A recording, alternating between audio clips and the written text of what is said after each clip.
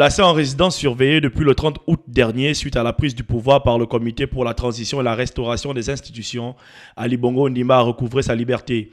L'annonce a été faite mercredi soir par le colonel Ulrich Manfoumi, porte-parole du CTRI.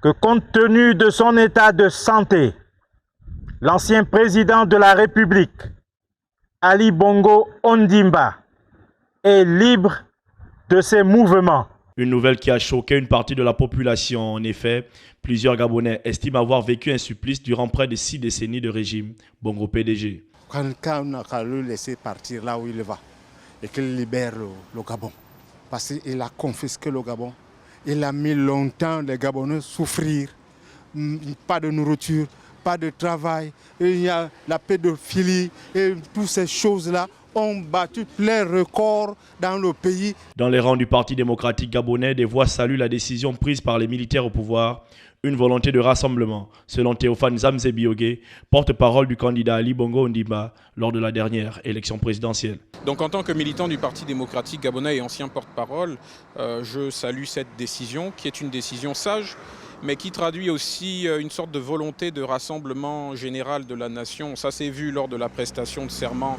le 4 septembre dernier au Palais Rénovation.